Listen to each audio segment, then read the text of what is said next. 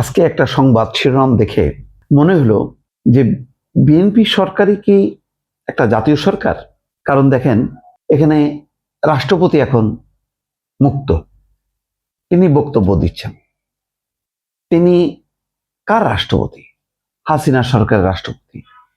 সেই হাসিনা সরকারের রাষ্ট্রপতি শাহাবুদ্দিন চুপ্পু, তিনি বহাল তবিয়তে আছেন। শুধু তাই না, বিগত 17-18 মাসে ইউনূস সরকার তার প্রতি যে বিমাতা সুলভ আচরণ করছে সেটা গড়গড় করে সে বলতে পারছে।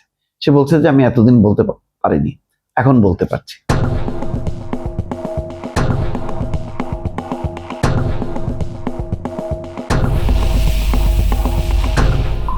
শুধু তাই না, আজকে একটা রাষ্ট্রীয় অনুষ্ঠানে, সরকারি অনুষ্ঠানে তিনি প্রধান অতিথি হিসেবে বক্তব্য দিয়েছেন। জাতীয় পাট দিবস উপলক্ষে আয়োজিত এক অনুষ্ঠানে বলছেন, হাজারো মানুষের আত্মত্যাগের বিনিময়ে গণতন্ত্রের ধারায় ফিরেছে বাংলাদেশ।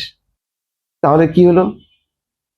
এই বক্তব্যগুলোকে দেয়, এই বক্তব্যগুলো তো দেয় তো জামাত, এনসিপি, বিএনপি, সেই বক্তব্য রাখছেন তিনি। এখানে জামাত বিরোধী দলের, শক্তিশালী বিরোধী দলের অবস্থানে আছে, ডেপুটি স্পিকারের পদ তাদেরকে অফার করা হয়েছে। এটাই তো জাতীয় সরকার মানে কি?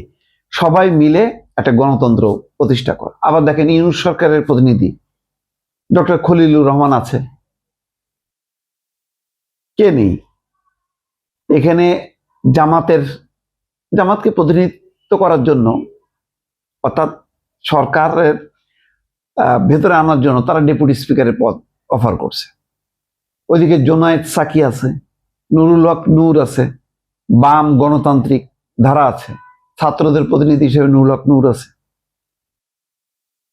তো এটাই তো জাতীয় সরকারের কনসেপ্টটা। তো বিএনপি কি বলছিল যে আমরা ক্ষমতায় গেলে জাতীয় সরকার করব। জাতীয় সরকার নামে নেই, কিন্তু কামে তো আছে। হাসিনার লোকও আছে, হাসিনার রাষ্ট্রপতি আছে, এবং তিনি এখন মুক্ত বিহঙ্গের মতন তিনি উড়ে বেড়াচ্ছেন। তিনি এখন বক্তব্য দিচ্ছেন সরকারি অনুষ্ঠানে। যে গত 17-18 মাসে এটা কল্পনা করা গেছে? কল্পনা করা যায়নি। তিনি সংসদের যে প্রথম অধিবেশন, সেই অধিবেশনে তিনি ভাষণ দেবেন রীতি অনুযায়ী। সালাউদ্দিন আহমেদ বলছে যে আমার কিছু করার নেই, এটা সংবিধানের রীতি অনুযায়ী আমরা শপথ নিছি। সরকারের শপথ বাক্য পাঠ করছে রাষ্ট্রপতির অধীনেই। ইউনূসও পড়ছে, কিন্তু ইউনূস পড়ে আবার রিভোল্ট করছে। রিভোল্ট করে তার সুবিধা হয়নি, এখন সে ক্ষমতার বাইরে। কিন্তু আবার এইদিকে আবার সরকারের কাছ থেকেই তিনি 1 নম্বর গুরুত্বপূর্ণ ব্যক্তি পদমর্যাদা নিয়ে 1 বছরের এসএসএফ নিয়ে বসে আছে। তার মানে সবাই মিলেমিশে কিন্তু বিএনপি সরকারের সঙ্গে আছে।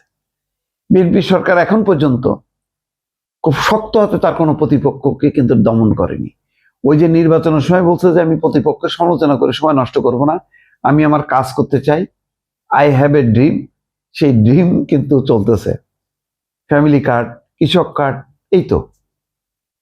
সেই জন্যই ভাবছি যে রাষ্ট্রপতির আজকে এই ভাষণের বক্তব্য দেখে মনে হচ্ছে যে তাহলে কি বিএনপি জাতীয় সরকার প্রতিষ্ঠা করলো ক্ষমতায় এসে? আপনাদের মতামত চাই।